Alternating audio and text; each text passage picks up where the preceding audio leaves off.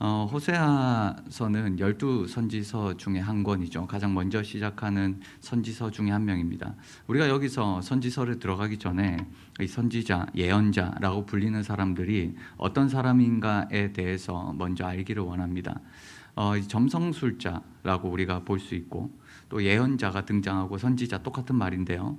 이게 사실은 구분하기가 상당히 어려워요. 우리가 성경을 보시면 이 점성술자와 그다음에 예언자 선지자의 차이점이 뭔가라는 점이 사실은 성경 초반부에 보면 그런 성경에서 일어나는 많은 사건들 중에 점성술사와 비슷하게 행동하는 사람들을 볼 수가 있습니다. 이런 것들이 지금 와서 선지자가 어떤 역할을 하는가라는 거에 대해서 이 차이점을 좀 명확하게 할 필요가 있는데요. 이제 고대 근동의 이 서아시아 지역에, 특별히 이제 가나안 지역과 메소포타미아 지역을 중심으로 했던 이 지역에는 이 점술들이 당연히 있었습니다. 지금도 뭐 점술이 있듯이 그 당시에는 꿈을 해몽한다던가 아니면 동물의 내장을 보는 창자점이나 간신점 이런 것들이 있었고요. 또 점성술도 있었습니다. 그리고 죽은 사람을 살려서 불러내는 어떤 강령점도 있었고, 또 예언이라고 불렸던 이런 다양한 형태의 점술들이 있었습니다. 그런 고대 근동의 이 점술들 중에 우리가 뭐 창자점 같은 경우는 이런 형태로 이제 창자를 보면서 점을 치는 어떤 이런 형태가 있었죠. 근데 이런 형태들이 사실은 성경에도 종종 드러나고 있습니다. 예를 들어서 요셉 같은 경우는 꿈을 잘 해몽하는 자로 정평이 나죠. 그리고 요셉을 보면 은잔을 가지고 점을 치는 방법을 알고 있는 것처럼 보여지게 됩니다. 그러니까 그때 당시에는 이 시대적 구분을 하지 않으면 이게 헷갈려요. 예전 그 시대에서는 요셉도 꿈을 해몽했고요. 그거는 보통 고대 서아시아 지역에서 이 꿈을 해몽하는 것은 점술에 들어갑니다. 그리고 은잔을 가지고 점을 치는 방법도 마찬가지죠. 그리고 우리가 창세기가 끝나고 출애굽기, 레위기, 민수기를 들어가면 이 제사장 옷이 나오는데 거기 에봇이라는 옷 안에 우림과 둠밈이 있습니다. 이 우림과 둠밈이라는 것들도 어떤 역할이라면 하나님의 뜻을 묻는 거예요. 점술과도 비슷한 형태를 띠고 있습니다. 그리고 제비 뽑기도 마찬가지죠. 제비를 뽑아서 하나님의 뜻을 묻는 것들. 그리고 우리 이거는 뭐 성경에서 비판을 하고 있지만 사울 왕이 엔돌의 이 점술가에게 찾아가서 이 죽은 사람의 영혼을 불러오르는 이런 장면들도 성경에 등장을 합니다. 그러니까 이런 것들이 보면 고대 이스라엘에서도 점술이라는 것들 자체가 이 예언, 그리고 우리가 생각하는 선지자와의 명확한 구분점이 없이 이런 것들이 함께 이루어지고 있었다라는 것을 우리가 알 수가 있습니다. 예를 들어서 우리가 우림과 둠밈이라는 것은 이 흉패 안에 있는 건데, 이 우림과 둠밈이라는 것을 사실은 뭐 다양한 뜻으로 해석을 하지만 가장 중요한 거는 하나님한테 묻는 거예요. 하나님 이렇게 할까요 말까요? 하나님의 뜻을 분별하는 도구입니다. 그러니까 우리가 성경에서 하나님과 관련되니까 이게 점술로 안 보이는 거지, 실제로 그게 점술과 똑같은 어떤 역할을 했다라는 겁니다. 그래서 일반적으로는 이런 일들을 누가 했냐? 제사장이 했습니다. 제사장이 나가서 하나님의 뜻을 묻거나 또 제비뽑기와 같은 방식으로 하나님의 뜻을 구했죠. 그래서 여기에 보시면 민수기 27장에 보면 엘르아살은 그를 위하여 우림의 판결로서 여호와 앞에 묻는다라고 등장을 합니다. 여기서는 제사장이라는 역할이 이런 하나님의 뜻을 묻는데, 하나님의 뜻을 물을 때 어떤 방법을 썼냐면 하나님께서 허용하신 방법이죠. 우림과 둠밈이라는 방법이나 혹은 제비뽑기라는 방법을 통해서 하나님의 뜻을 물었다라는 겁니다. 이 사무엘상 14장에 보면 이 사울이 하나님께 묻는 장면이 나옵니다. 그러면서 어떻게 얘기하냐면, 우리 개역개정에서는 사실 번역이 명확하지 않은데 새 번역은 번역을 잘 해놨어요. 여기에 보시면 이 허물이 저에게나 저의 자식 요나단에게 있다면 우림이 나오게 하시고, 허물이 우리한테 있지 않고 이스라엘 백성에게 있다면 둠밈이 나오게 해주십시오 라고 이야기하고 우림과 둠밈을 뽑습니다. 그래서 이제 둠밈을 뽑아서 이제 요나단과 사울이 우림을 뽑아서 요나단과 사울이 걸리고 백성들의 혐의는 벗겨진 이 장면이 등장을 하죠. 이 시대가 흐르면서 이런 것들이 점점 더 명확해지게 됩니다. 신명기에 가보면 예언자라는 그룹들이 등장을 해요.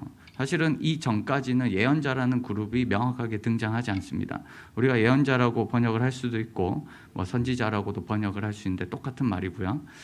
네 부류의 지도자 중에 재판장, 왕, 그리고 레위 제사장, 예언자가 등장을 해요.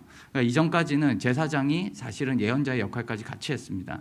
근데 여기에서는 살짝 구분된 어떤 형태를 띠고 있죠. 그리고 이 레위 제사장에 대한 법을 보시면 약간 법이 달라집니다. 여기에서 레위 제사장은 어떤 걸 하냐면 여호와의 이름으로 서서 섬기게 하셨다라고 되어 있습니다. 그러니까 레위 제사장이 이전까지는 제사장을 통해서 하나님께 직접 질문을 하거나 어떤 하나님의 뜻을 전하는 어떤 이런 역할을 했었죠. 근데 신명기에 와서는 이 예루살렘 성소를 중심으로 예배가 집중화되고 사실은 중앙 성소에 관련된 법들이 강화되면서 이 제사장의 권위가 하나님의 뜻을 묻는 이런 권위보다는 여호와의 성전을 섬기는 어떤 형태로 바뀌는 경향을 볼 수가 있습니다. 그러니까 지금부터는 우림과 둠밈이라는 얘기가 등장하지 않아요. 제비뽑기 이런 얘기 등장하지 않습니다. 이는 시대가 지나면서 이런 것들이 율법이 더 명확하게 그들 가운데 제시가 되면서 이제는 율법을 통해서 이미 계시된 하나님의 뜻을 따라서 백성들이 생활하도록 권면하는 역할, 그리고 이 레위 제사장이라는 사람은 하나님의 뜻을 묻고 막 이런 점술적인 어떤 행동이라기보다 여호와 이름으로 서서 섬기는 역할입니다. 그러니까 예배를 돕고 어떤 율법을 백성에게 가르치고 어떤 이런 역할로 바뀌게 되죠. 그러니까 이건 변화는 신명기 당시에 율법으로 인해서 하나님의 뜻을 알 수 있다라는 개념이 여기에 들어가 있는 거죠. 그래서 신명기는 율법을 굉장히 강조합니다. 율법과 규례에 대한 순종은 곧 하나님의 뜻을 이루는 중요한 방식이 되죠. 이전에는 우림과 둠밈이나 제비뽑기로 하나님의 뜻을 물었다면 이제는 백성이 하나님의 율법에 순종하면서 살아가는 것이 하나님의 뜻을 이루는 거다라는 맥락 자체로 바뀌게 됩니다. 그래서 이 신명기에 오면 제사장의 역할 자체가 굉장히 달라지게 되는 것을 볼 수가 있습니다. 그러면서도 이 한 가지 더 그룹들이 생기는데 그게 선지자에 대한 그룹이에요. 여기는 이전까지의 선지자 어떤 예언자의 역할과는 약간 다른 형태로 등장을 합니다. 신명기 18장에 보면 거짓 선지자에 대한 카탈로그가 등장을 하고 참 선지자에 대한 해설이 등장을 합니다. 이 거짓 선지자의 카탈로그를 보면 이 무속신앙, 어떤 점술 이런 것들이 이제 여기에 들어가게 돼요. 이제 점술이나 어떤 무속신앙이나 가나안에서 강령술이나 간신점이나 이런 것들 하는 것들, 그런 것들은 거짓 선지자다. 그런 것들 따라가지 마라 라고 명확하게 규정을 한 다음에 참 선지자에 대해서 얘기합니다. 그러면 묻죠. 우리는 어떻게 하나님의 뜻을 압니까? 그러니까 1차적으로 율법에 게시된 것들로 너희가 하나님의 뜻을 행할 수 있고 또 이 예언자라는 선지자라는 그룹들이 나타나서 하나님의 말씀을 전할 거다라고 여기에서는 얘기를 해요. 그러니까 여기에서도 우림과 둠밈이나 제비뽑기 이런 형태가 등장하는 게 아니라 이 신명기 18장 15절에 보면 너를 위하여 나와 같은 선지자 하나를 일으킨다. 나와 같은 선지자는 모세겠죠. 모세의 역할이 뭐였냐면 시내산에서 호렙산에서 하나님의 말씀을 받아서 이스라엘에게 전달하는 역할을 했었거든요. 그 모세 같은 사람을 일으키는데 너희는 그의 말을 들을지라 라고 되어 있습니다. 여기서 강조되는 것은 하나님께서 그에게 준 말입니다. 말. 그러니까 예언자는 뭐냐? 말이에요. 말을 하는 사람이에요. 선지자는. 그리고 신명기 18장 18절에 보면 조금 더 구체적으로 그들을 위하여 선지자를 주는데 내 말을 그 입에 둔다는 거예요. 그러니까 하나님의 말을 그에게 두어서 그가 하나님의 말을 대신 전한다라는 겁니다. 이게 이스라엘의 선지자, 이 예언자의 하나의 형태로서의 어떤 모습을 지니게 됩니다. 그러니까 지금부터는 이제 우림과 둠밈이나 이런 점술로 하는 것보다 하나님의 말씀을 듣고 이 하나님의 말씀이 자신에게 임했으면 그것을 무리에게 전하는 역할이죠. 이스라엘은 이게 법이 됩니다. 그래서 이스라엘에서는 어떤 사람이라도 내가 하나님의 말씀을 들었습니다. 그리고 내가 하나님의 이름으로 이렇게 얘기합니다 라고 하면 모든 사람이 들어야 되네요. 모든 것들을 멈추고 들어야 됩니다. 그 말이 맞든지 틀리든지 들어야 됩니다. 듣고 판단하는 거예요. 듣고 판단을 하고 그 예언자의 소리에 귀를 기울여야 됩니다. 예레미야를 사람들이 아무리 싫어해도 예레미야가 내가 여호와의 이름으로 너한테 말한다 라고 하면 사람들은 무조건 들어야 됩니다. 왜? 저게 진짜 하나님의 말씀일 수 있기 때문에, 그게 예언자의 역할이었기 때문에 그것을 전달하게 돼 있었죠. 그래서 예언자가 다른 신의 이름으로 전하면 죽지만 하나님의 이름으로 말씀을 전하는 순간 그것이 하나님의 음성이 되는 그 시대가 바로 이 예언자의 시대고, 지금 우리가 살펴보는 호세아의 시대와 이런 시대의 구체적인 어떤 면모를 보여준다라고 생각을 하시면 됩니다. 물론 엘리사와 엘리야가 있었지만 구체적으로 문서 선교사로 시작됐던 아모스부터 시작해서 주전 8세기부터 이런 형태의 예언자가 명확하게 등장을 하고 하나님의 이름으로 전달하고 외치는 사람들이 생겼죠. 그래서 성경 속에서 우리가 선지자, 예언자를 볼 때는 이 포텔이 아니라 프로페시입니다. 그러니까 예지가 아니고 예언이에요. 그러니까 신의 뜻을 전달하는, 현재 상황에서 하나님의 뜻을 전하는 거예요.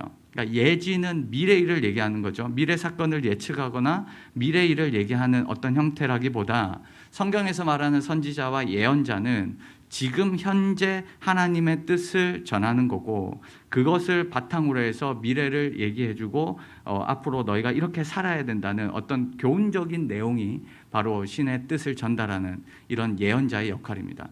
이 예언자는 반드시 모세 오경 안에 갇히게 돼요. 그게 무슨 말이냐면 신명기에 보시면 이 예언자를 얘기할 때 여호와의 이름으로 얘기합니다, 이렇게 하십시오 라고 할 때 그 말이 진짜인지 아닌지를 사람들이 모르잖아요. 신명기는 어떻게 그것을 증명하냐? 시간이 지나서 이 예언이 성취되면 그게 하나님의 뜻이었고, 만약에 성취가 안 되면 이거 하나님 뜻 아니다 이렇게 얘기하거든요. 근데 문제가 뭐예요? 지금 당장 판단할 수가 없다는 거죠. 하나님의 뜻인지 아닌지는 지금 당장 판단이 안 되는 거예요. 왜? 하나님의 뜻이 성취되려면 시간이 지나야 되거든요. 시간이 많이 지난 다음에 되돌아보면 저게 하나님의 뜻이었구나, 하나님의 진짜 말씀이었구나 라고 알게 되지만, 문제가 뭐냐면 지금은 모른다는 겁니다. 그게 대표적인 게 예레미야와 하나냐입니다. 같은 시대에 같은 공간에서 얘기를 합니다. 하나님의 이름으로. 예레미야는 뭐라고 얘기합니까? 예레미야는 너희 하나님 앞에 순종해, 하나님 앞에 살아야 된다. 그러면 하나님 앞에 사는 게 뭐냐? 바벨론한테 끌려가고 하나님께서 바벨론의 멍에를 너희한테 지게 할 거다, 이 얘기를 했고, 하나냐는 뭐예요? 반대 얘기를 하거든요. 하나님께서 바벨론의 멍에를 깨트릴 거야, 하나님께서 바벨론에서 너희를 구원할 거야 라고 하나님의 이름으로 같이 얘기합니다. 둘 다 들어야 돼요. 예언이기 때문에. 둘 다 들었는데 이스라엘 백성들의 판단은 뭐냐? 하나냐로 갑니다. 우리는 시대가 흘러서 예레미야의 말씀이 이루어졌기 때문에 참 예언자로 받고 그것을 바로 받아들이지만, 그 시대에 사는 사람들은 이게 헷갈린다는 거죠. 뭐가 하나님의 뜻이지? 라고 헷갈리는데 그 구체적인 방법이 성경에 등장하지 않아요. 왜 등장하지 않냐면 이게 율법이라는 토라 안에 갇혀 있기 때문입니다. 그 말은 무슨 말이냐면 일반 백성들도 하나님 안에서 분별할 수 있다는 거예요.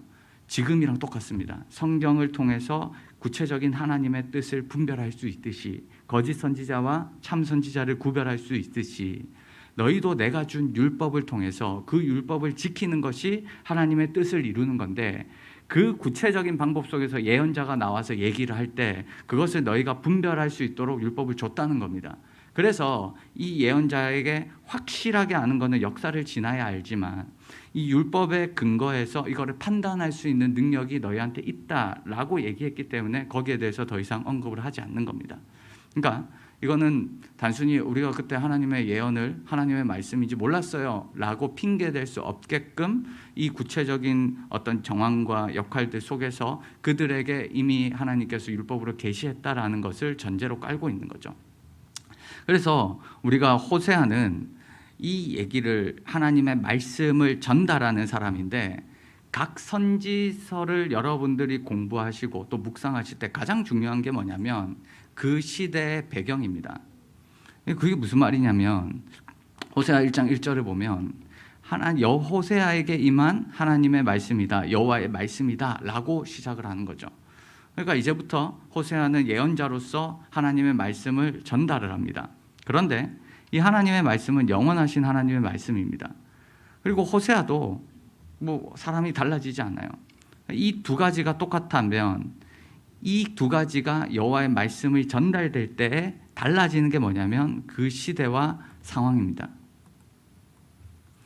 호세아의 시대와 상황 속에서 호세아도 달라지지 않고 여호와의 말씀도 달라지지 않지만 시대에 따라서 메시지가 달라지는 거예요. 선지서 여러분들 12소선지서가 있는데 12소선지서의 그냥 핵심을 갖고 오라면 그냥 한마디입니다. 야, 하나님을 하나님 되게 섬겨라. 하나님이 너의 주인이야. 라는 메시지거든요. 거기에 대해서 여러분들 아멘 안 하실 분이 누가 계세요? 하나님을 사랑해라. 아멘이죠. 하나님 앞에서 하나님이 너의 주인인지 알아라. 아멘입니다. 그 시대 사람들도 다 아멘 했었어요. 그런데 이게 특정한 시대와 상황 속에서 하나님을 사랑하는 게 뭡니까? 하나님을 나의 주인으로 섬기는 게 뭡니까? 하나님을 내가 순종하는 게 무엇입니까? 라고 구체적으로 얘기했던 사람들이 선지자들입니다.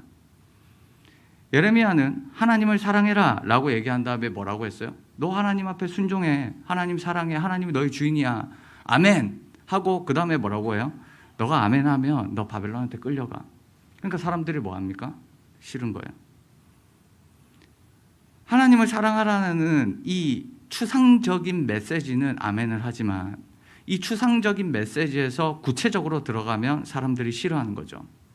여러분 12선지서 그리고 5권의 대선지서가 있는데 이 사람들이 얘기했을 때 대부분의 청중들은 다 거부합니다. 추상적인 것은 문제가 없어요. 하나님 사랑하십시오. 아멘이죠. 누가 태클을 걸겠어요? 누가 거기에 대해서 아멘 안 하겠습니까? 그 시대는 다 하나님을 섬기는 시대예요. 신정국가입니다. 하나님을 거부하면 죽는 시대예요. 누가 그 시대에 거부하겠어요? 그런데 구체적으로 가면 문제가 생기는 거예요. 지금 이 시대도 마찬가지입니다. 하나님을 사랑하십니까? 하나님을 섬기시기 원하십니까? 이렇게 하십시오. 하면 싫은 거예요. 내 삶에 건드려지는 게 내 삶의 어떤 역할 속에서 내 역할이 줄어들거나 어떤 이 불편한 부분을 건드리면 싫은 거예요. 그러니까 호세아도 마찬가지인 거죠. 이 시대에 우리가 이 호세아의 말씀을 읽을 때도 이런 배경을 우리가 함께 접목하면서 읽어야 되는 거죠. 50년 전과 지금 상황은 다릅니다. 50년 전에 여러분 유튜브도 없었고요. 스마트폰도 없었어요. 불과 30년 전도 없었어요. 스마트폰 나온 지 15년밖에 안 됐습니다. 여러분, 지금 이 시대에 하나님을 섬기고 사랑하는 게 뭘까요? 하나님을 섬기고 사랑하는 것은 같지만 시대마다 달라지는 거죠. 호세아는 3300년 전의 사람입니다. 3300년 전으로 거슬러 올라가서 그 시대의 사회와 경제와 문화와 그리고 종교가 어떻게 돌아갔는지 그리고 그 시대 속에서 하나님을 사랑하는 것이 뭔지를 외쳤던 사람이 호세아죠. 그러니까 이런 배경의 시대적 상황과 어떤 이런 부분은 굉장히 중요합니다. 이거를 무시해버리면 성경을 완전히 거꾸로 읽는 거예요. 그러니까 이런 시대 속에서 하나님의 본심과 하나님의 메시지를 여러분들이 가지고 와서 여러분들 삶 속에 적용할 때는 또 다른 문제입니다. 여러분들 삶은 3300년 전과 다르기 때문입니다. 지금 21세기를 살아가는 여러분들 속에서 하나님을 사랑하고 하나님을 나의 주인으로 모시고 여러분들 삶에서 어떻게 해야 되는 것이 무엇인가는 스스로 우리가 고민하고 묵상하면서 우리의 삶 속에 적용하는 거죠. 그게 성경의 묵상의 한 부분입니다. 그러니까 우리가 그런 기본적인 작업을 한다 이렇게 생각을 하시면 될 것 같아요. 일단 호세아서를 보시면 이제 서론인데 시간이 너무 많이 갔는데 큰일 났네. 호세아를 보시면 북이스라엘 사람입니다. 호세아는 북이스라엘 사람이에요. 그래서 북이스라엘의 왕을 언급합니다. 여로보암을 언급해요. 그 여로보암은 여로보암 2세입니다. 여로보암 2세는 주전 8세기에 북이스라엘을 다스렸던 사람인데요. 굉장히 부국했던 시대입니다. 잘 살았던 시대예요. 그런 잘 살았던 시대 속에서 이 북이스라엘이 잘 나가고 있었지만 겉으로 볼 때는 잘 살고 풍요로운 시대였지만 사실은 그 내면을 살펴보면 빈익빈 부익부입니다. 부한 사람들은 부하고 기득권층은 계속 배부르지만 가난한 사람들은 계속 억압당했던 그 시대 속에서 살아가고 있는 거예요. 그리고 여로보암 2세가 죽고 난 뒤에 30년 정도 북이스라엘이 지속이 되는데 그때 6명의 왕이 등장을 합니다. 이 스가랴부터 호세아까지 6명의 왕이 등장을 하는데 이 사람들은 언급도 하지 않고 있어요. 그에 반해서 남유다 왕들은 우시야, 요담, 아하스, 히스기야를 언급하고 있습니다. 이건 좀 복잡한 부분이지만 우리가 북이스라엘만 생각했을 때 왜 6명의 왕은 언급을 하지 않았을까라고 생각을 할 수 있었죠. 이 6명의 왕은 쉽게 얘기하면 호세아가 왕으로 인정을 안 하게 됩니다. 저 사람들은 왕이 아니야. 하나님이 세우신 왕이 아니야. 라고 호세아는 생각했던 거예요. 우리가 생각할 때는 어떻게 그 시대에 신정체제 속에서 어떻게 이 왕이 세워졌는데 그 왕을 하나님이 세운 사람이 아니라고 생각했을까? 그 대표적인 게 호세아 8장 4절에 등장을 하죠. 여기 8장 4절에 보면 그들이 왕들을 세웠으나 내게서 난 것이 아니다. 그들이 지도자를 세웠으나 내가 모르는 바다. 이렇게 얘기하는 거죠. 이거는 어마어마한 거예요. 신정체제에서는 이렇게 생각할 수가 없어요. 지금도 우리 시대에 와서도 우리가 예를 들어서 한 권위자가 세워지거나 또 대통령이 뽑히거나 뭐 누가 국회의원이 되거나 우리는 그걸 하나님의 뜻으로 생각하고 하나님이 세우셨다라고 다이렉트로 바로 달라들지만 호세아는 그렇지 않습니다. 아니라는 거예요. 그들은 내게서 난 게 아니라는 거예요. 내가 모르는 사람들이라는 거예요. 호세아도 그 6명의 왕들 그리고 북이스라엘의 왕들을 다 무시해버립니다. 왕이 아니라는 거예요. 그러니까 이런 호세아가 급진적으로 굉장히 파격적으로 그 시대 속에서 정말 정확하게 하나님을 사랑하고 하나님을 너희가 섬기고 토라 속에서 왕이 세워져야 되는데 그것을 무시했던 사람들에 대해서 정말 질타를 하는 장면들이 있죠. 호세아서의 문체와 특징을 살펴보면 여러분들이 호세아서를 쫙 묵상하다 보면 비유 언어가 굉장히 많이 등장을 합니다. 그러니까 호세아서는 굉장히 똑똑한 사람이었고요. 이 언어라는 것을 사용을 할 때 다양한 비유 언어를 통해서 이스라엘을 향한 하나님의 마음을 표현하기도 했고 또 하나님을 떠난 이스라엘을 표현하기도 했습니다. 그래서 이스라엘의 모습 속에서 가늠한 아내, 음란하다. 그리고 암소 같다. 음모로 달궈진 화덕이다. 뒤집지 않는 전병이다. 어리석은 비둘기다. 열매 없는 이삭이다. 속이는 활이다. 야생 나귀 같다. 라는 이런 다양한 이런 비유를 통해서 하나님과 이스라엘의 관계를 얘기하죠. 여기에서도 심판하시는 하나님을 사자로 표현하고 독수리로 표현합니다. 심판받는 이스라엘은 병든 나무고 무리의 거품이고 이런 다양한 비유 언어들을 여러분들이 살펴볼 때 유의해야 될 점이 하나 있어요. 그 유의해야 될 점은 뭐냐면 바로 문맥입니다. 여러분 여기 호세아서를 예로 들면 이슬을 얘기할 때 여기 보시면 심판받는 이스라엘을 얘기할 때 아침 구름 같다, 이슬 같다, 시 없이 사라지는 그냥 바로 아침 구름이 아침에 뜨면 바로 사라지잖아요. 그런 사라지는 너희의 모습 같다. 말만 하고 행동하지 않고 맨날 뭐 이런 얘기들을 하는 이슬 같다라고 비유하거든요. 그런데 다른 맥락에 보면 이슬을 하나님으로 묘사하고 있어요. 그러니까 우리가 같은 맥락이라도 같은 단어를 써도 같은 비유 언어를 써도 문맥에 따라서 달라지는 거죠. 그래서 너희의 인애가 아침 구름이나 시 없어지는 이슬 같도다 얘기하고 또 아침 구름 같으며 시 사라진 이슬 이거는 굉장히 부정적인 이미지를 얘기합니다. 이스라엘에 대해서. 근데 14장 5절에 보면 내가 이스라엘에게 이슬과 같다. 하나님이 있을 것 같다는 거예요. 그건 앞에 있었던 이 이슬과는 다른 맥락을 얘기합니다. 여기에서 이슬은 뭐냐면 꽃이 자라나고 식물이 자라날 때 이슬로 그 물을 받아들여서 촉촉해지는 하나의 공급책의 이미지를 여기에서 갖고 온 거죠. 그러니까 우리가 묵상을 할 때도 우리가 마음대로 묵상을 하면 안 돼요. 그냥 이슬이라고 해서 우리가 이슬하면 떠오르는 이미지가 있잖아요. 그런 이미지를 가지고 긍정적인 이미지, 부정적인 이미지를 섞어서 하면 안 되고 이 문맥 속에서 이 선포할 때 어떤 표현인지를 잘 보고 묵상을 하고 따지고 들어가야 이 정확한 묵상이 됩니다. 호세아서의 이제 구조를 여러분들 한번 살펴보면 1장부터 14장까지 돼 있는데 쉽게 설명을 드리면요. 심판과 구원이 등장을 합니다. 그러니까 이 심판과 구원이 반복돼요. 이 심판과 구원이 반복되는데 아까 말씀드린 것처럼 다양한 비유 언어를 쓴다고 했죠. 1장부터 3장까지는 이 남편과 아내와의 관계를 얘기합니다. 그러니까 호세아와 고멜, 그리고 음란한 여인, 남편과 아내의 관계 속에서 부부 관계를 얘기한다면 4장부터 11장까지는 부모와 자식과의 관계 속에서 얘기해요. 부모와 자식입니다. 그리고 이 12장부터 14장까지는 이 두 개에다가 함께 등장을 합니다. 부부 관계도 등장을 하고 그 다음에 부모와 자식 관계도 같이 등장을 하죠. 여기서 여러분들이 이런 구조를 볼 때 특이한 점을 하나 발견하게 돼요. 특이한 점이 뭐냐면 심판 다음에 바로 구원이라는 사실입니다. 중간에 이게 없어요. 우리가 생각할 때 하나님이 심판하실 거야 라고 하면 너 돌아와, 내가 좀 있으면 심판할 거야, 너 좀 있으면 맞는다 라고 하면 아이가 이제 똑바로 할게요 엄마 아빠 이제 제대로 할게요 이런 얘기를 하고 그 다음에 아이고 그래 봐줄게 구원 이렇게 될 것 같은데 호세아서는 그렇지 않습니다. 호세아서는 하나님의 심판이 선포되고 바로 구원이 선포돼요. 그러니까 중간에 이 메시지가 등장하지 않아요. 물론 우리가 여기를 보면 특이하죠. 11장 12절부터 12장 1절까지를 보면 심판의 메시지를 던지고 돌아오라라는 촉구를 합니다. 근데 구원이 등장하지 않아요.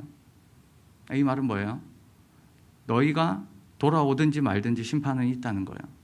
돌아오든지 말든지 하나님은 무조건 심판을 행하신다라는 개념입니다. 호세아에서는 심판이 사라지지 않아요.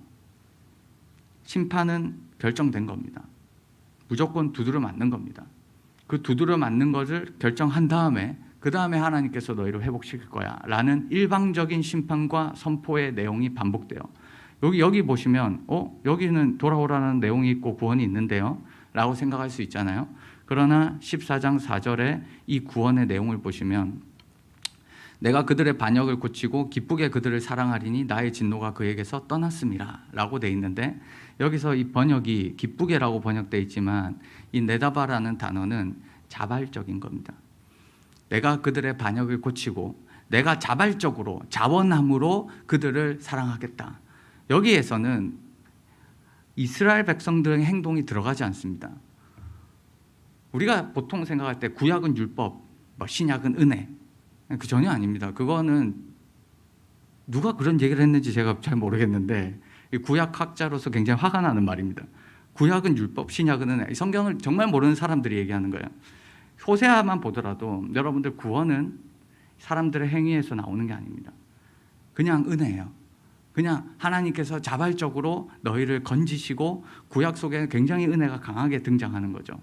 그래서 이 짜임새를 여러분들이 보면 이 심판의 말씀과 이 구원의 말씀이 이렇게 이어지는데 그 이후에 있어서 계속적으로 반복된다. 그래서 선지자들의 이 말을 여러분들이 쭉 살펴보면 심판을 외쳤고 구원을 외쳤지만 호세아는 그 당시에 북이스라엘 사람들에게 버림받은 사람입니다. 예레미야랑 똑같아요. 여로보암 이후에 왜 6왕이 등장하지 않고 남유다 왕이 등장했냐? 대부분의 학자들은 여로보암 때 이 호세아가 외치다가 하도 핍박이 와고 자기를 죽이려고 해서 남쪽으로 남하했다고 봅니다. 그리고 그때 당시에 대부분의 선지자들이 그렇지만 민중들을 설득시키지 못했어요. 다 실패합니다. 너 이렇게 살면 죽어. 너 이렇게 살면 심판받아 라고 했을 때 사람들은 듣지도 않았습니다. 그리고 이 사람들을 오히려 핍박하고 죽이려고 했습니다. 그게 대부분의 선지자들의 인생이었어요. 그런데 지금 이게 하나님 말씀으로 남아있죠. 그러니까 누군가 이거를 보존을 했고 누군가 이거를 하나님의 말씀으로 넣었다는 거거든요. 누가 넣었을까요? 후대 사람들이 넣은 거예요. 왜 넣었을까요? 시간이 지나서 보니까 호세아가 그때 당시는 무시당했지만 시간이 지나 보니까 맞거든요. 참 예언자거든요. 시간이 지나서 이 예언이 성취된 것을 보면서 참 선지자로 여긴 것처럼 신명기의 말씀처럼 그때 당시에 사람들이 포로로 끌려간 다음에 거기서 하면서 자신의 인생을 되돌아보니까 야 그때 이 사람들이 외쳤던 말이 다 맞았네. 그 말들을 다 모아가지고 기록한 거예요. 그리고 지금 우리 시대까지 하나님의 말씀으로 남아있게 되는 겁니다. 그리고 이거를 보면서 우리도 이 시대 속에서 하나님의 말씀이 무엇인지를 알게 되는 거죠. 이제 호세아서를 좀 본문을 살펴보면서 들어가기 원하는데요. 호세아서 1장부터 3장까지를 보면 호세아에게 처음 임한 하나님의 말씀이 뭐냐면, 처음 명령이 뭐냐면 결혼에 대한 부분입니다. 근데 결혼에 대한 부분을 얘기할 때 너는 가서 음란한 여자를 맞이해서 음란한 자식들을 낳아라. 이게 첫 번째 명령이에요. 이런 것들을 명령을 할 때 호세아가 이 말씀에 순종을 하죠. 그래서 자식을 낳는데 이스르엘, 로루하마, 로암미라는 자식을 낳습니다. 이스르엘 뜻이 뭐냐면 하나님께서 씨를 뿌리실 것이다 라는 좋은 뜻이거든요. 근데 왜 이 좋은 뜻이 첫째 아들의 이름인가? 이스라엘은 나봇의 포도원, 여러분들 아시죠? 이스라엘에서 굉장히 풍요로운 지역이 이스라엘 골짜기라는 지역입니다. 근데 이 이스라엘 골짜기에서 누가 죽었냐면, 누가 몰락당했냐면 아합의 집안이 몰락당합니다. 아합의 집안이 누구한테 몰락당했어요? 예후의 집안한테 몰락당했거든요. 예후가 가서 다 죽인 곳이 이스라엘이에요. 지금 여기서 이스라엘이다, 그게 네 아들 이름이다 라고 얘기한 건 뭐냐면, 호세아가 활동할 당시에 여로보암 왕은 예후의 왕가입니다. 그런데 예후 왕가에게 이렇게 얘기하는 거예요. 너가 이스라엘에서 하나님의 뜻을 행했지, 아합의 가문을 죽였지, 심판했지. 근데 너도 그렇게 될 거야. 너도 지금 하는 것을 보니까 아합과 똑같다는 거예요. 너도 이스라엘 가서 그곳에서 패망할 거야 라는 것을 여기에서 말하는 겁니다. 그리고 두 번째, 로루하마, 긍휼이 없을 것이다. 너 이제 긍휼이 없을 거야. 너 이제 하나님 앞에서 끝이야. 세 번째, 너 내 백성 아니야 라고 얘기합니다. 근데 여러분들이 성경을 한번 보십시오. 이 얘기 이후에 바로 그 다음 절에 이스라엘 낳을 거야 라고 그 다음 절, 그리고 로루하마 낳을 거야 그 다음 절, 로암미 낳을 거야 그 다음 절 보시면 전부 다 구원이 등장을 해요. 이 말은 뭘까요? 호세아서 전체의 이 메시지죠. 심판 이후에 하나님의 전적인 회복이 있을 거다. 여기서도 이스라엘의 행동이 등장하지 않아요. 하나님 앞에 회개했다거나 하나님 앞에 돌아왔다거나 이런 거 하나도 없습니다. 그런데 심판 이후에 하나님의 구원이 등장을 하는 게 1장의 이야기입니다. 그리고 3장에 보시면 기가 막힌 말씀을 또 하시죠. 여호와가 그들을 사랑하시리니 너는 또 가서 타인의 사랑을 받아 음녀가 된 그 여자를 다시 사랑하라는 거예요. 음녀가 된 여인을 결혼을 했는데 또 음녀로 활동을 했던 그 사람한테 가서 또 다시 데리고 와서 사랑하라 라고 명령을 합니다. 여기서 이스라엘의 죄악을 음란이라는 죄로 표현하고 있어요. 음란이라는 죄는 성적인 죄가 아닙니다. 뭐 성적인 것도 포함됐겠지만 예언서, 선지서에서 음란이라는 이미지는 하나님 외에 다른 것들을 섬길 때 음란이라는 표현을 씁니다. 그래서 여기서는 다시 사랑해라 라는 거는 하나님이 꿈꾸는 거예요. 지금 너희의 모습이 음녀 같지만 내가 다시 너희를 데리고 와서 사랑할 거야. 여기서도 등장하죠. 이 음녀가 회개했나요? 회개 안 했어요. 이 음녀가 어떤 일을 했나요? 나 이제 잘할게요 라고 얘기했나요? 그러지 않았어요. 그냥 호세아가 가서 데리고 오는 거예요. 그러니까 하나님도 이스라엘 백성들에게 그냥 가서 데리고 올 거다라는 메시지를 여기에서 보여줍니다. 다시 결합하는 거죠. 부부로서의 결합. 그리고 얘기를 하는 거예요. 보라, 내가 그를 타일러서 타이른다는 거예요. 그리고 거친 들로 데리고 가서 위로할 거라는 거예요. 하나님께서 지금 이스라엘에게 이르시는 최종적인 말씀은 심판이 아닙니다. 심판의 메시지가 줄기차게 등장을 하지만 결국에 이 심판이 목적이 아니라는 것을 얘기하죠. 하나님은 이스라엘을 타이르시고 좋은 말로 달래고 어루만집니다. 그리고 어디로 데리고 가요? 거친 들이라고 되어 있지만 실제로는 광야예요. 광야. 이 광야는 언제냐? 애굽 땅에서 올라오던 날. 호세아는 이 애굽에서 출애굽한 다음에 광야 생활을 신혼여행의 기관으로 봐요. 호세아나 예레미야의 특징인데요. 광야의 시기를 뭐 심판이나 뭐 이런 이미지와 연결하지 않고 신혼여행 기간이에요. 완전히 하나님과 결부돼 있고 하나님과 하나 되었던 시간, 그 시간으로 되도록 간다는 거예요. 내가 그를 타일러서 너 지금 나를 떠났지? 데리고 와서 타일러서 위로하는 거예요. 그리고 우리 신혼여행 갔었던 그 장소를 다시 가는 거예요. 하나님 굉장히 로맨틱한 분이시죠. 우리가 결혼하고 시간이 흘렀어요. 근데 그 부부가 조금 관계가 멀어졌을 때 남편이 얘기하는 거예요. 다시 회복하기 위해서 우리 처음에 갔던 우리 신혼여행지 다시 가자. 그리고 그때 우리가 꿈꿨고 그때 우리가 사랑했고 서로의 마음을 나눴던 그곳에서 우리가 다시 합치자 라고 해서 데리고 가는 거예요. 그리고 여기에서는 아골 골짜기로 소망의 문을 삼게 해주겠다. 아골 골짜기는 아간이 죽었던 심판의 장소입니다. 그 심판의 장소가 소망이 되게 해줄게. 그러니까 너에게 이제 심판이 있는 게 아니라 구원이 있을 거야 라는 메시지를 여기에서 던지고 있죠. 그리고 그 부부가 되었을 때 내가 내게 장가들어서 영원히 살 때 우리가 다시 합쳐서 다시 우리가 부부로서의 역할을 잘 할 때 그때 하나님이 원하시는 게 뭐냐, 그리고 그때 하나님이 어떤 분인지를 너희가 알게 될 건데, 여호와를 알게 될 건데 여호와가 어떤 분인지 알게 됐냐, 그 어떤 분이 뭐냐면 공의와 정의와 은총과 긍휼이 여김입니다. 이거를 알아라는 거예요. 이게 무슨 말일까요? 사실 이게 호세아서의 핵심이에요. 여호와를 알아라 라는 메시지, 여호와를 아는 지식을 호세아서는 처음부터 끝까지 강조합니다. 이 처음부터 끝까지 하나님을 알아, 하나님을 아는 지식이 너희에게 있어야 돼. 하나님은 어떤 분인데요? 하나님은 너희에게 공의롭게 했지, 정의롭게 했지, 너를 긍휼히 여겼지, 너에게 은혜를 베풀었지. 하나님은 그런 분이야. 너도 그렇게 살아. 너도 이집트에서 종노릇 했잖아. 너도 이집트에서 종노릇 할 때 너도 힘들었잖아. 근데 왜 지금 조금 잘 산다고 왜 남을 괴롭히니? 왜 공의롭게 하지 않고 왜 재판을 굽게 하고 왜 그들을 긍휼히 여기지 않니? 왜 너희는 너희의 기득권층 세력을 가지고 왜 계속 배부르려고 하니? 왜 다른 사람들을 나눠주지 않니? 너 하나님 모르는 거야. 이 얘기가 호세아서의 얘기예요. 그래서 이 이스라엘 백성들은 그때가 되면 하나님 한 분만 있으면 된다는 거예요. 이게 호세아서예요.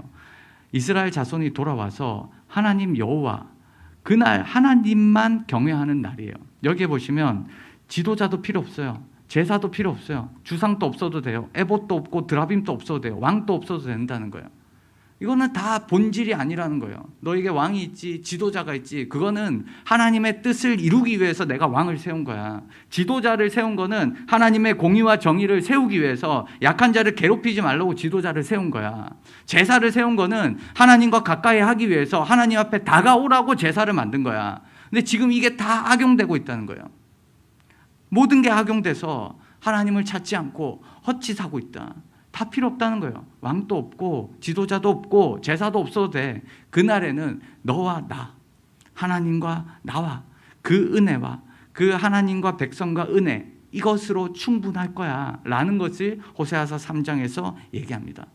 그렇다면 이제 우리가 궁금하죠. 도대체 이스라엘은 무슨 죄를 저질렀길래, 도대체 어떻게 하나님을 떠났길래 이렇게 될까 라는 것들이 4장부터 서서히 이야기를 해요. 4장에 들어가면 가장 먼저 이스라엘의 죄를 얘기할 때는 바알 종교입니다. 바알 종교를 여러분들이 보면 단순히 하나님 말고 부처님 섬기는 거, 뭐 하나님 말고 다른 종교를 가지는 거, 이 정도의 수준으로 생각하지만 여러분 여기에서 묘사된 거를 보시면 떡과 물과 양털과 삶과 기름과 술, 포도나무, 무화과나무, 건포도나무, 묵은 포도주, 새포도주, 곡식과 새포도주, 자기를 위한, 이런 내용이 등장하죠. 전부 다 뭐가 관련된 건지 아세요? 자신의 풍요예요. 바알 종교를 여기에서 한마디로 표현하자면 자신을 위한 종교입니다. 근데 우리가 생각할 때는 야, 하나님 버리고 바알만 섬겼다 이렇게 생각할 것 같죠? 전혀 그렇지 않아요. 이 사람들은 하나님이란 이름을 불렀어요. 근데 하는 짓은 뭐예요? 바알 종교랑 똑같다는 겁니다. 이게 혼합 종교거든요. 그 대표적인 예가 여기에 있습니다. 여호와께서 이르시되 그날에 내가 나를 내 남편이라 일컫고 다시는 내 바알이라 일컫지 아니하리라. 이 번역이 조금 이제 아쉬운데 이거를 제가 다시 번역을 해보면 이제 티크레 이시거든요. 이게 뭐냐면 나를 나의 사람, 나의 남편이라고 부르라는 거예요. 그냥 이씨라고 부르라는 거예요. 이씨는 남자도 됩니다. 남자라고 불러라는 거예요. 그냥 하나님을 부를 때 나의 사람입니다, 나의 남편입니다, 나의 남자입니다 이렇게 부르라는 거예요. 근데 뭐라고 부르지 말라는 거라요? 로티크레이 로 오드 바알리거든요. 이게 뭐냐면 바알이라고 부르지 말라는 거예요. 근데 여기서 여러분들 이 바알의 뜻이 뭐냐면 주인입니다. 주인이에요. 정확하게 번역하면 나의 바알이시여라고 번역하면 안 되고 나의 주인이시여라고 번역을 해야 됩니다. 근데 이게 왜 헷갈리냐면 이름이 똑같잖아요. 이스라엘 백성들은 하나님을 불렀어요. 하나님을 불렀는데 하나님을 향해서 나의 주인이시여라고 부를 수 있잖아요. 이게 나쁜 말이 아니거든요. 바알이 하나님 나의 주인이시여. 지금 현대 이스라엘에서는 남편을 향해서 이렇게 부릅니다. 바알이 내 남편입니다. 이렇게 얘기하는 거예요. 이게 나쁜 말이 아니에요. 그런데 바알 종교가 들어오면서 이게 섞이게 되는 거예요. 하나님을 부르고 있는데 실제로는 뭘 하냐면 바알 종교가 하는 짓을 그대로 가지고 있는 거예요. 자기를 위하여 하나님 앞에 예배드리고 자기의 풍요를 위해서 하나님 앞에 예배드리는 모습. 그러면서도 바알 종교와 헷갈리면서 섞여가고 있는 모습. 기독교를 따른다라고 하고 하나님을 따른다라고 하는데 실제로는 기독교의 모습이 전혀 없는 거예요. 자신을 위한 종교로 만들어버렸던 이 혼합 종교의 모습이 드러납니다. 사실 그 모습이 가장 잘 드러나는 게 이 아라드라는 곳인데, 이 아라드라는 곳이 뭐 이렇게 지금 철기 시대 때 형태인데요. 이곳으로 가보면 여긴 번제단이고요. 제단이 남아 있어요. 근데 여기 보시면 지금 이게 지금 이스라엘 박물관에 있는 거고 이게 아라드에 있는 건데 여기 보세요. 이게 뭐냐면 향단이에요. 우리 성경에 향단 아시죠? 향단입니다. 향단. 그리고 이게 뭐냐면 뒤에 돌덩이 하나 보이죠? 이게 뭐냐면 주상이에요. 주상. 성경에 향단과 주상이 있는 거예요. 하나님 앞에 제사 드릴 때 향을 피우는 곳이 향단이고요. 주상은 하나님을 상징하는 곳입니다. 지성소 같은 곳이에요. 이게 고대의 하나의 제단의 형태입니다. 근데 문제가 뭐예요? 향단이 2개 있어요. 주상이 2개가 있어요. 왜 2개가 있지? 여러분 2개가 있다는 건 무슨 말일까요?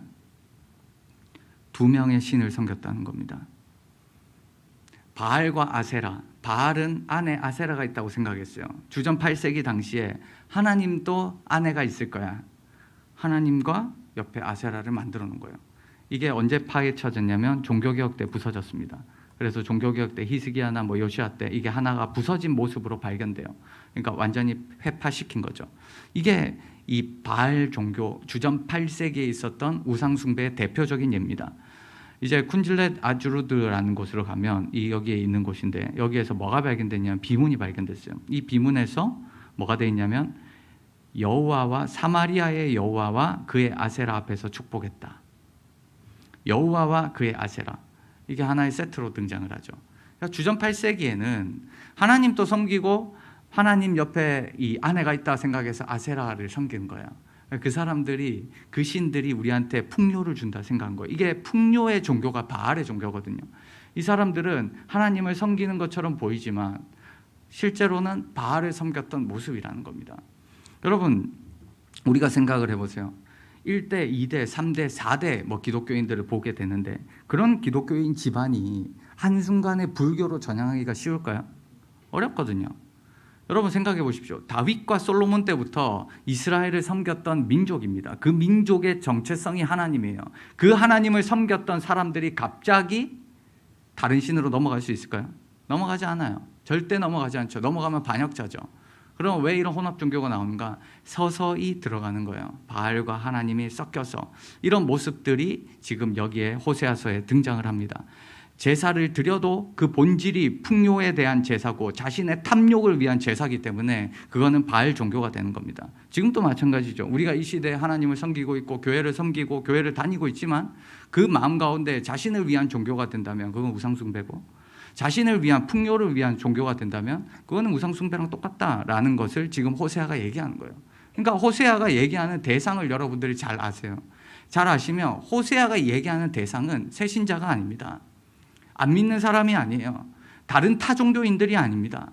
전부 다 기독교인들이에요. 이스라엘 백성이에요. 전부 다 하나님을 열심히 섬기는 사람들입니다. 기득권층이고 지금으로 말하면 중지짝층이고 여기에서 나름대로 교회에서 영향력 있는 사람들한테 얘기하는 거예요. 뭐라고 얘기해요? 너 바알 종교야.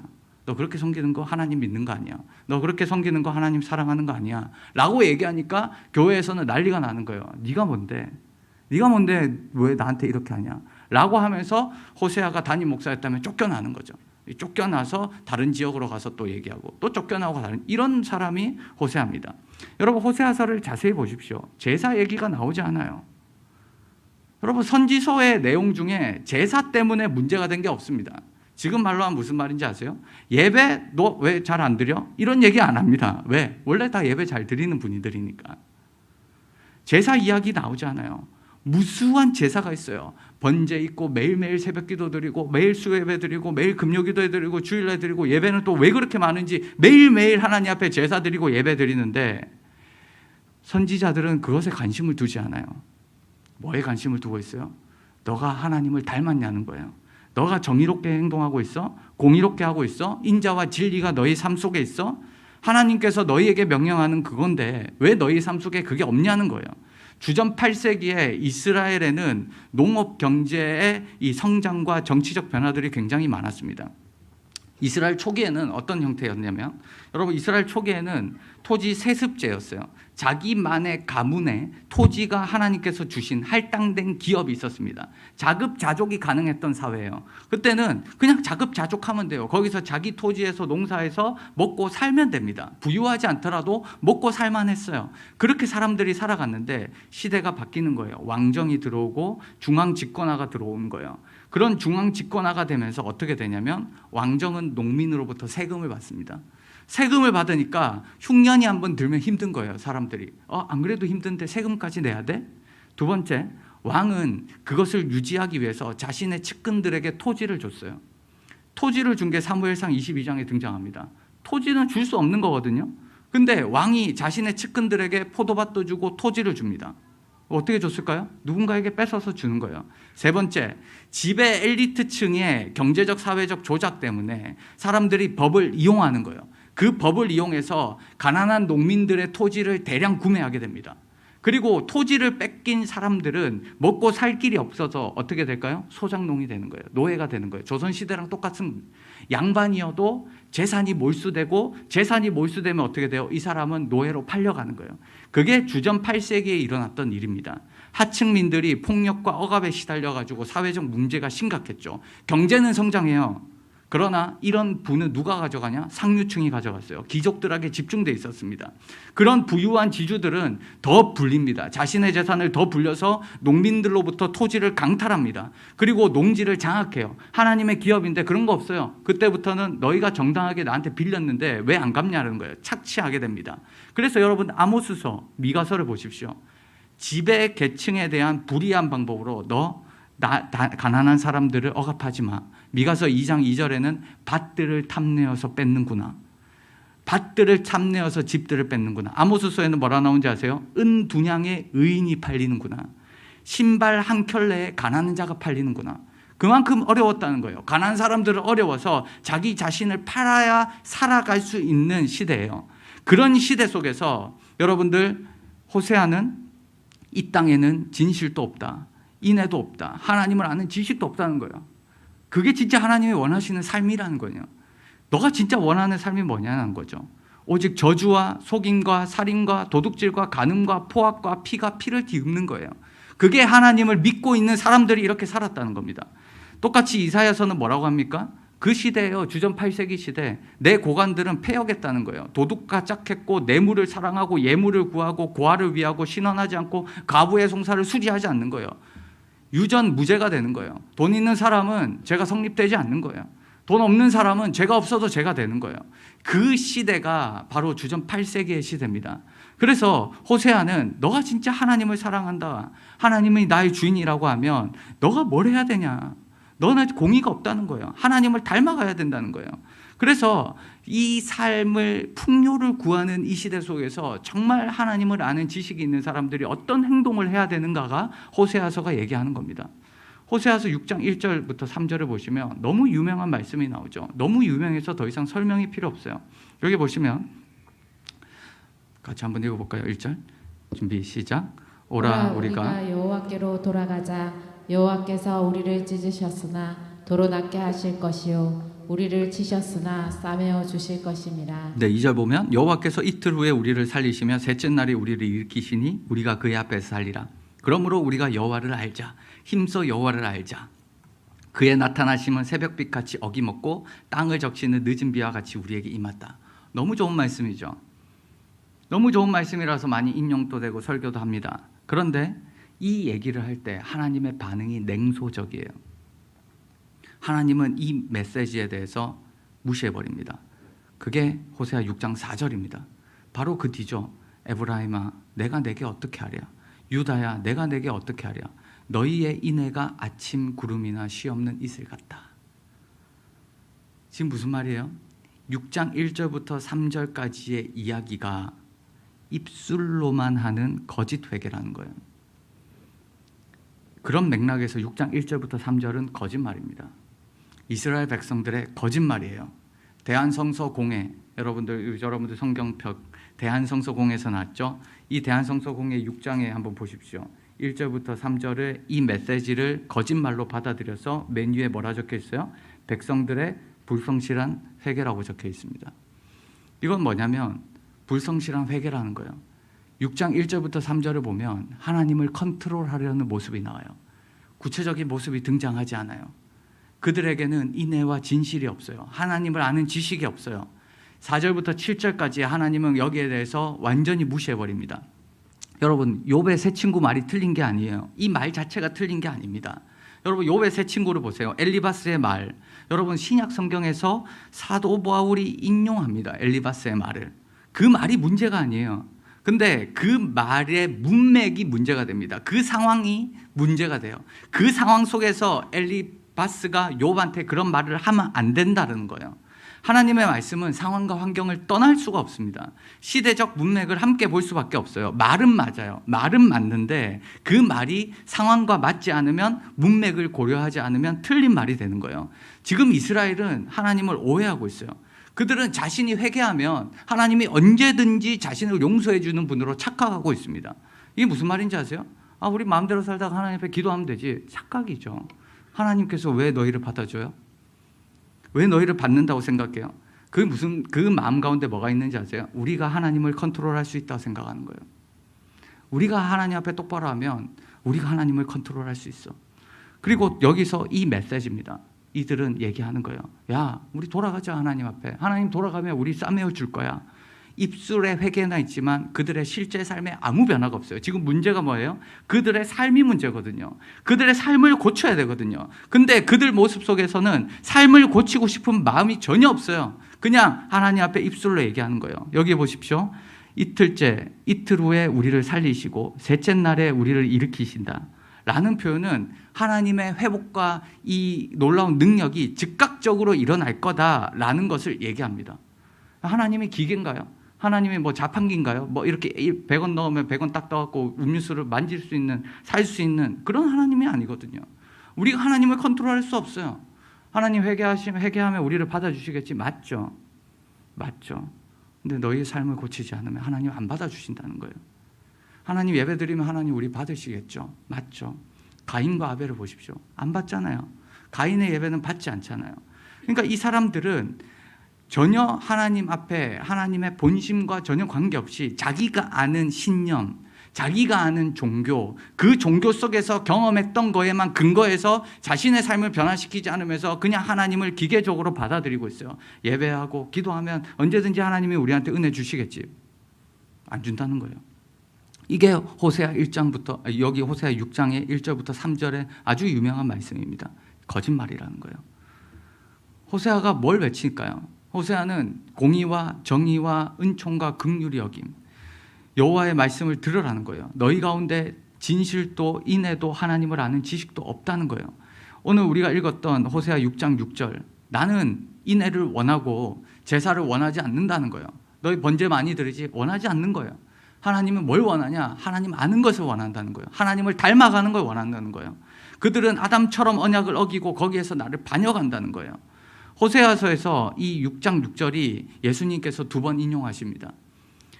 예수님께서 2번 인용하실 때 어떤 모습일까요? 세리와 죄인들이 함께 식사를 할 때 바리새인들이 고발을 하거든요. 그때 예수님이 이 얘기를 해요. 나는 인애를 원하지 제사를 원하지 않아. 너희가 지금 하나님이 원하시는 것을 착각하고 있어.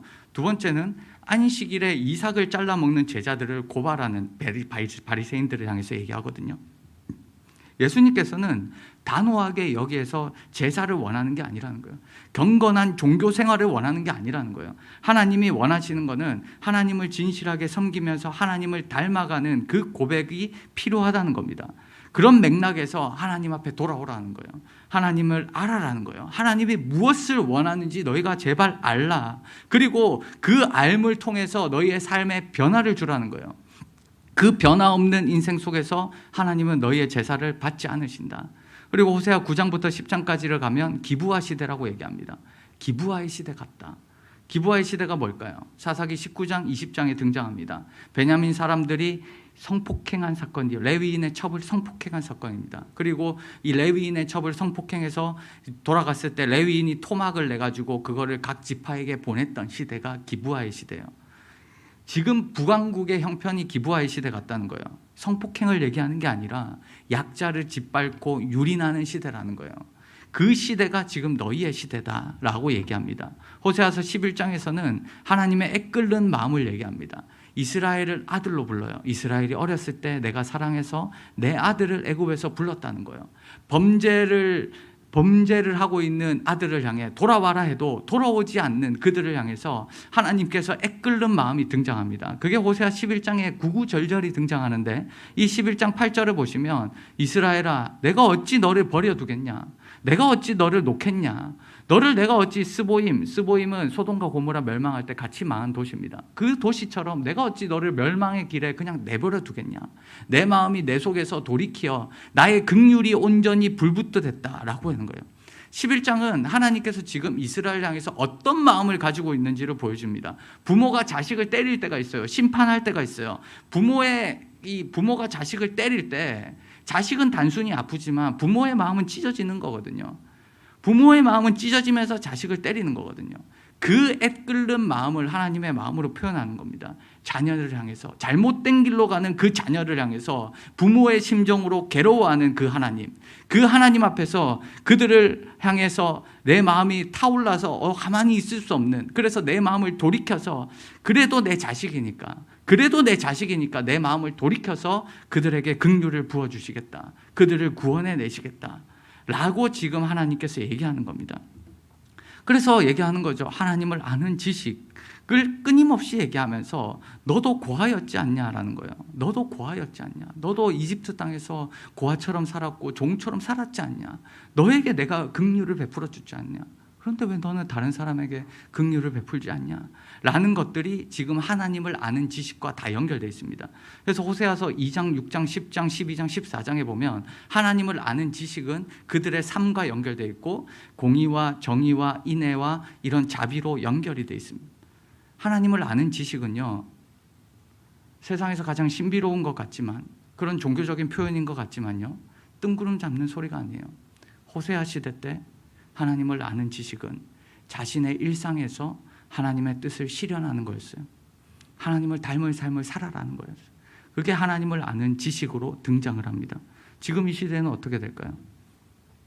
그리고 호세아의 이 구구절절한 메시지 속에서 하나님께서 결국 고치신다는 거예요. 자신의 마음을 바꿔서 자발적으로 내가 그들의 반역을 고치고 자발적으로 그들을 사랑하겠다라는 거예요. 그래서 고아 같은 그들을 다시 데리고 오겠다라는 것들을 하나님께서 얘기합니다. 호세아서의 결론 마지막 절에 보면 이런 메시지가 있어요. 같이 한번 읽어볼까요? 시작. 누가 지혜가 있어 이런 일을 깨달으며 누가 총명이 있어 이런 일을 알겠느냐.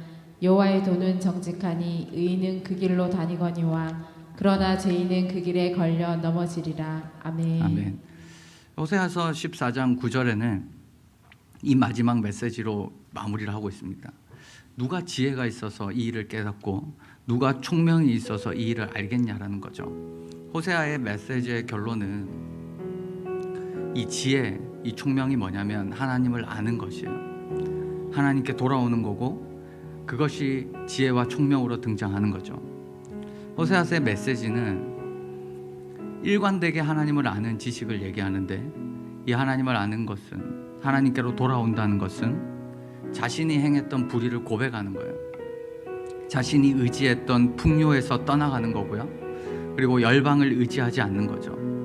하나님이 그와 같이 우리를 긍휼히 여기셨고 건지신 분임을 알고 하나님 앞에 우리의 삶을 바꾸기 위해서 나아가는 것들, 그때 하나님께서 너희를 푸른 잣나무 같고 이슬 같은, 내가 너희에게 이슬같이 되겠다, 공급책이 되고 내가 너희의 영혼을 채워주고 너희 영혼을 만져주게 될 것이다, 그것을 알게 될 날이 올 거다라는 게 지혜와 총명입니다. 호세아서는 심판을 없어지지 않습니다. 심판은 정해진 거예요. 그러나 그 심판 뒤에 하나님은 다시 너희를 건지시겠다라고 매기하죠. 그래서 심판이라는 메시지는 하나님 사랑의 또 다른 표현이에요. 자식을 돌이키기 위해서 어쩔 수 없이 부모가 매를 드는 것처럼 그 매는 하나님 사랑의 표현 방식입니다. 그리고 그 표현 방식 뒤에 다시 그 아이를 어루만지고 이끌어가고 다시 약을 발라주고 매 맞은 곳에 호를 해주고 다시 안아주면서 사랑한다 하더라, 너가 이런 잘못을 했기 때문에 내가 어쩔 수 없이 너를 때렸지만 내 마음은 그게 아니란다, 너가 잘 되기 원하고 너가 잘 하나님 앞에 살기 원한다 라는 게 이 부모의 마음으로 호세아는 얘기하고 있는 겁니다. 그게 하나님의 마음이다.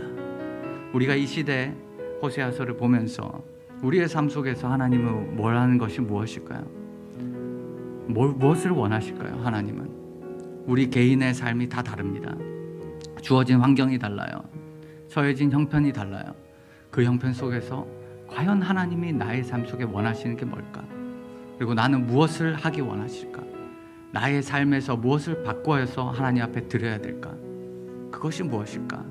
하나님을 닮아간다는 것이 무엇일까? 라는 것들이 우리가 고민하고 묵상하고 또 우리의 삶을 되돌아봐서 시간이 지나면 지날수록 하나님을 아는 지식으로 가득 차는 저와 여러분들 되기를 주님의 이름으로 축복합니다. 우리